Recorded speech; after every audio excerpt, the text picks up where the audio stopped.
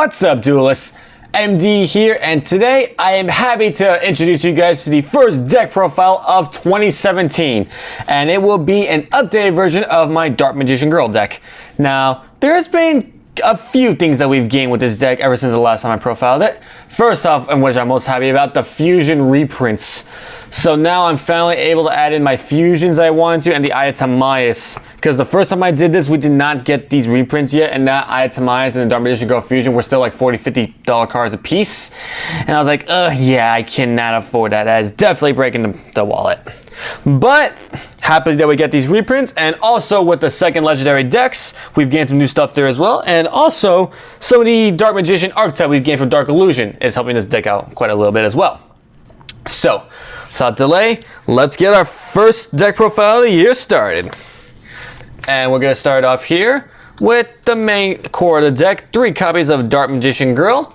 Now, the adorable little apprentice of our favorite magician finally has the own deck that she's been looking for. But, just like a kid moving out of their parents' house, they still need their oldest to watch over them a bit. So we got 2 copies of Dark Magician there. Which, I mean, you could take advantage of Dark Magician Girl's iconic effect to where it gains 300 for Dark Magician in either player's graveyard. But she does so much more in the deck now. Which, honestly, if you really wanted to, you don't necessarily have to run Dark Magician in the deck. Because there's many different versions of this deck. There's the Fusion build, there's an Xyz build. Matter of fact, I've even seen people play this with Shaddolls. So there's many different thing you can do with the deck. Dark Magician here mainly just for materials and just to help use our cards better. And there's many, like I said, there's many cards that Dark Magician Girl works very well with in the deck, which I will get into. Alright, next up, we're going to get into our searches here. First search is going to be 3 copies of Magician's Rod. Now, a lot of people wouldn't originally say that this only works for Dark Magician. That's not necessarily true, because a lot of Dark Magician Girl stuff we've gotten, as far as spell-wise, also have Dark Magician in its text, which means this can be searched with it. So this helps out Dark Magician Girl almost as much as Dark Magician. Not to mention, it's just a really good search card to have overall. Alright. And our next search is going to be 3 copies of Berry Magician Girl. Now, it's a really, really good card here. Definitely. So when you normal summon it, you can search your deck for any Magician Girl, including Dark Magician Girl. And also when this card is attacked, you change the battle position, then you special summon any Magician Girl from your deck. So very, very good there. And unless your opponent's doing piercing, if they try to hit this 4,000 one, you're most likely not going to take any battle damage with that. So really nice effect that it has right there. Alright. And next up, probably one of the best Magician Girls in the deck. It's going to be 3 copies of Chocolate Magician Girl. Now, I remember originally when the movie packs were being announced how no one was sure whether or not we'd get this card. Because in Japan, this was actually a Jump promo, not part of the movie set. But luckily, we got this as an import for a movie set, so very, very happy about that. So what Chocolate Magician Girl does is that you can discard a spellcaster monster from your hand and draw a card. Also, if this card right here is targeted for an attack, you can special summon a spellcaster from your graveyard, then swap the attack over to that monster, and their attack is half. Best part about it, this effect does not target. So say something like Blue Eyes Chaos Max Dragon tried doing this attack in there. You get to use the effect and the attack will still have because this does not say target whatsoever. So just amazing. Amazing, amazing card. Not to mention more draw support, which is so good. And being a level 4 really helps too, because there's quite a bit of rank 4s here that help us out with this deck. Alright. Next up here, 3 copies of Kiwi Magician Girl. This is your Honest for the deck, but honestly slightly better. So what you do is it works just like Honest. Do outer player's turn, you discard it, and your Magician Girls gain 300 attack and defense for each different Magician Girl monster on both your field and your graveyard.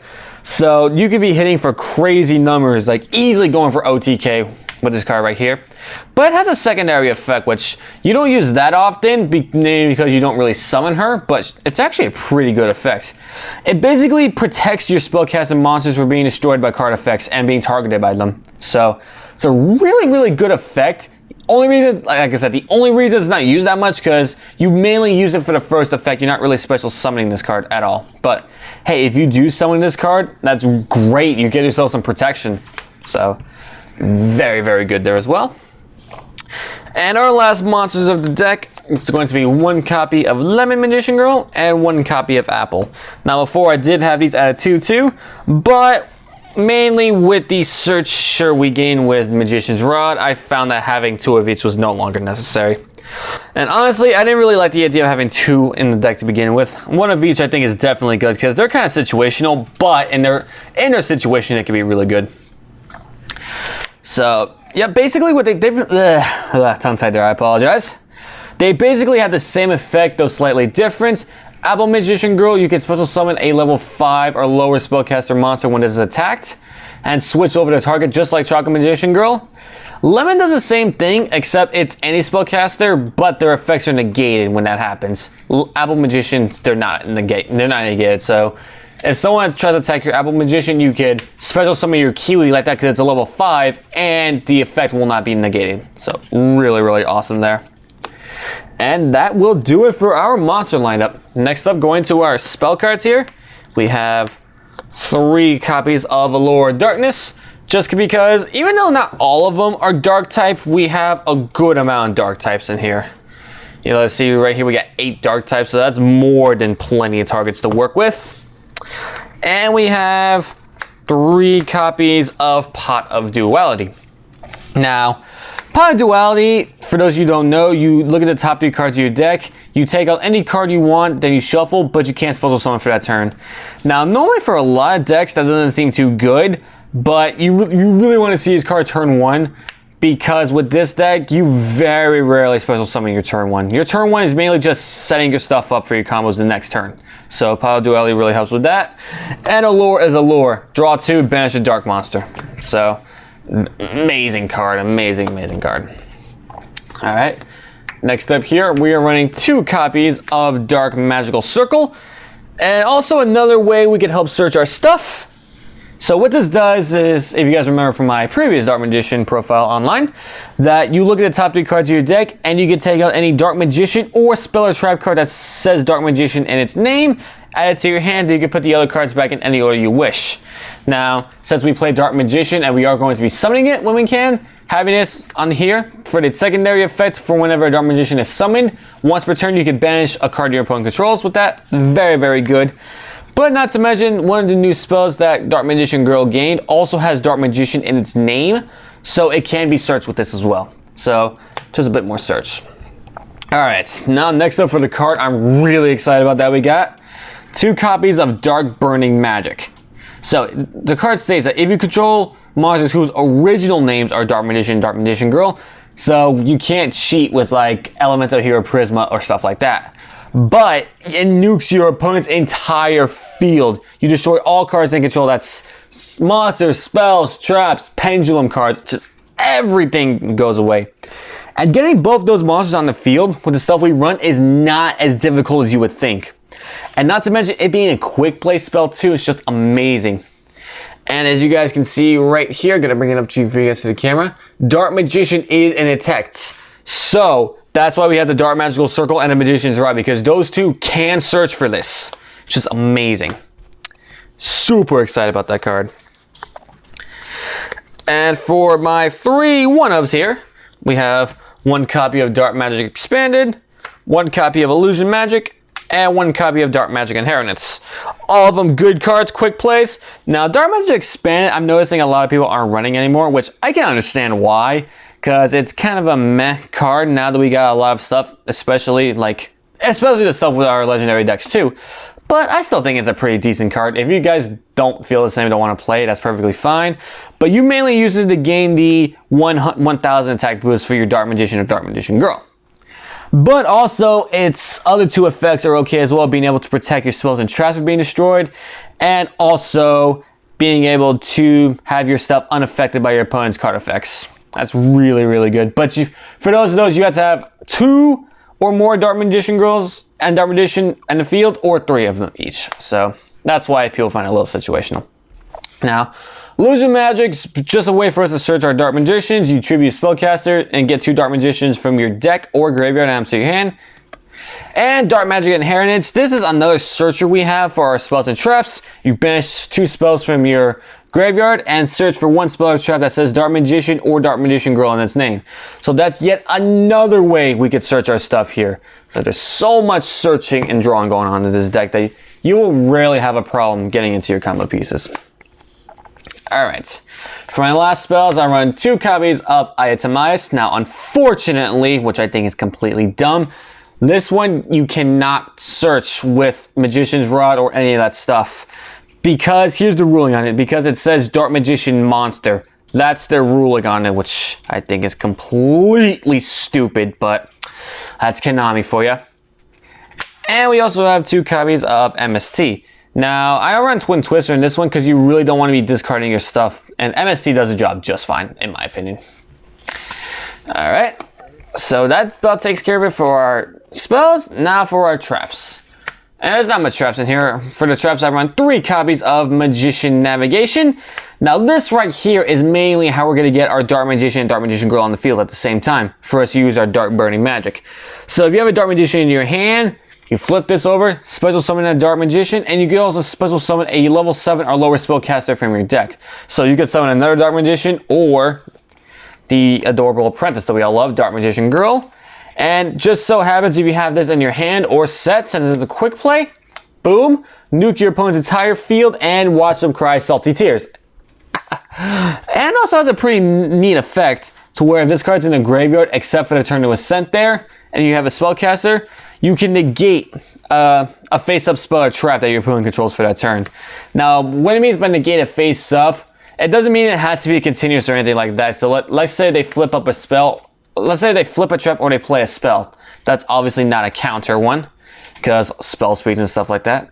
You could banish it from your graveyard and negates it, and it would get sent to the graveyard anyway. But like say something like a field spell or a continuous spell, it will negate for the turn, but it will not destroy it. But honestly, that's not too bad. That's just a neat little effect it has. And our last trap we have is just 1 Dark Renewal. And a lot of people don't run this. It's not a bad card, I feel. It could definitely come in handy for you at times, because what it does, if you have a spellcaster and your opponent normal special summons one, let's just use Chalk Magician there for example, you would play the Dark Renewal, send both the Chalk Magician Girl and the monster they just summoned to the graveyard, and you can special summon a Dark Spellcaster from either your deck or your graveyard. So we have a decent amount of offense. You wouldn't really summon those, but these are the ones you would really summon with your Dark Renewal. And if you want to, because I've seen some people do it, running a Dark Magician to Chaos in the deck. If you guys want to do that, that is perfectly fine. Maybe take out the Dark Magic Inheritance, not the Magic Inheritance, the Dark Magic Expanded for a dedication to Light and Darkness. Like I said, that's just not how I personally want to do it for the deck, but if you guys want to do that, feel more than welcome to. The main point of this deck is just to have fun with the stuff you love. Anyway. Alright. And that does it for the main deck. Now going to go into the extra deck. So happy that I can finally play these now. So now for the extra deck, we're going to start with our fusions here. 2 copies of Dark Magician Girl Dragon Knight and 1 copy of Amulet Dragon. Now what a Dark Magician Girl fusion does, it's actually not too bad. So you can special summon this with the Itemize by just with the Dark Magician Girl. You don't need any other fusion materials whatsoever, which makes it amazing. And once per turn during either player's turn, you could send 1 card from your hand to the graveyard. Then you can target a face-up card on the field and destroy it. So it's not bad since you can do it during either player's turn. But the fact that it targets is a little meh. But it's not too bad. Not too bad at all. And Amulet Dragon, the reason I have this over, let's say, Dark Paladin, it's not that I think Dark Paladin is bad.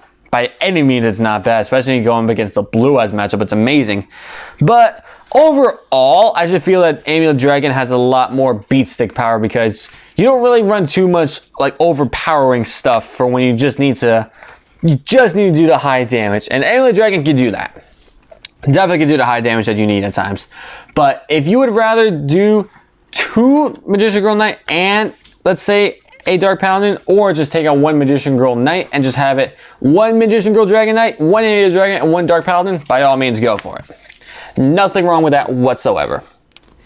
And now we'll get into our XCs. We actually run quite a bit of rank 7s in here just because they're really, really good. So we have one copy of Ebon High Magician, one Ebon Illusion Magician, and yes, that is the original Jump promo. Very proud of that. One copy of number 11 Big Eye, and one copy of Red Eye's Flare Metal Dragon. Now, even though we only have 2 Dark Magicians in our graveyard, as you can see, we have plenty of ways to recycle them over and over again. So, and not to mention, these are just too good not to run in the deck. They really help you out quite a bit. All right. And now, we run quite a few rank 6s as well. We run a Utopia Beyond, we run Norito Moral Leader, and we run a Photon Strike Bouncer. Now, what's interesting about Norito, since it is a rank 6 spellcaster, for Ebon Illusion Magician, you could also use that to XE summon it as well, which is really, really cool. As soon as you're done with your Norito materials, of course, because this effect is too good to pass up. Once returned to an out of turn, when your opponent activates a spell or trap, you can detach and negate that spell or trap, which is really, really good in my opinion. And Photon Strike Bouncer kind of does the same thing, except it's monster effects and negates it, but it doesn't destroy the monster, but instead your opponent burns for 1,000. So pretty good there as well. Let's put those to the side. And as for the Utopia Beyond, I just have it in here, again, like the Amulet Dragon, just when I need to just power stuff, just when I just need to beat through really, really hard. So, Amulet... Wow, I almost said Amulet Dragon there. Blech, where's my tongue today? Utopia Beyond is just for that high powerful monster, just doing that high life point damage when you need it. Alright, that does it for the rank 6s. And I run one rank 5 here in Shark Fortress. Now, you're really not going to make this one too often, but its effect is really, really, really good, in my opinion. Basically, you detach an Xyz material, and one of your monsters you control can make a second attack during the battle phase. And that can make a really huge difference between a OTK and just ending the game in general. Now, I do not run the Perform Power Trapeze Magician, unlike most decks would. And the reason I don't run that in there is, honestly, it's not that I don't like it, because I definitely like it in the Dark Magician deck, but I don't like the fact that it destroys your monster at the end of the turn, which for Dark Magician is not a problem, but for Dark Magician Girl, it kind of can be a problem. So that's why I run Shark Fortress. But if you would rather do the Perform Power Trapeze Magician, not Perform Power, Perform Edge, I always get those two mixed up, then by all means go for it. And last but not least, our rank 4s, we got one Dark Rebellion, one Daigusto Emerald, one Castel, and a Ragna Zero. Now, this one is just a staple. Obviously, anything that can make a rank 4, being able to send one face-up card your opponent has to the back to the deck is just really, really good. And Daigusto Emerald, I personally feel this is a staple for Dark Magician. You have to run this in Dark Magician, because he's another way to recycle your Dark Magician back onto the field. And say you just so happen to have a Dark Magical Circle, boom, you're already banishing a card right there. And also its main effect is pretty good as well, being able to shuffle 3 monsters from the graveyard to the deck and draw a card. So yet another way we can draw. We have so much draw power in this deck. It's crazy. And these two are just to deal with monsters mainly. Dark Rebellion, as we all know, you detach 2, you gain half the attack of a monster and they lose half their attack. So it really helps with OTKs. And Ragna Zero, pretty good as well. Let's say your opponent has their attack difference. Ooh, better yet, I'm gonna show you a neat little combo right here. Because Ragna Zero's effect, you can activate it when the monster has an attack that's different from its own. That doesn't necessarily mean it has to be higher. So let's say you steal half your attack with the Dark Rebellion. You then can activate Ragna Zero by destroying that monster with a different attack than its original one, and you could draw a card. And you could do this during either player's turn. So these two make a neat little combo together. You really aren't going to be able to do it that often, obviously, because you only run 3 level 4s, but it's not impossible, is what I'm trying to get at. It's definitely not impossible. And not to mention, there's plenty of ways your opponent can increase their own attack, which you can use Ragna Zero there. Alright guys, so that will do it for the Dark Magician Girl deck profile. Now, hopefully, as soon as I get the cards in, I'll be able to profile my new Dark Magician deck for you all. Because, yes, I know there's Dev Pro to do it, but I did that last time, and I just really like these live profiles better. Because I feel like it's more interactive, and I can really explain them better to you guys. But I've been pack searching like crazy. I cannot get the cards I need. And even though I'm not too much of an advocate of buying online, it's coming to the point where I might just have to bite the bullet and just buy the cards online. Because I really don't want to keep you guys waiting on the profile any longer than I need to. Alrighty then, so if you guys like this deck profile, be sure to leave a like, comment, and subscribe if y'all are new to the channel. And hopefully you like the first deck profile of the year. Hopefully many, many more to come. And who knows what this format might hold for us, because we should be getting a new ban list pretty soon, I would hope, at least. Keyword, hope. Konami, all I gotta say, guys, just Konami, they basically do it whenever they want to, which is so annoying, but oh well, not really much you can do. So anyway, this has been Magician's Descendant, and I will catch you duelists later.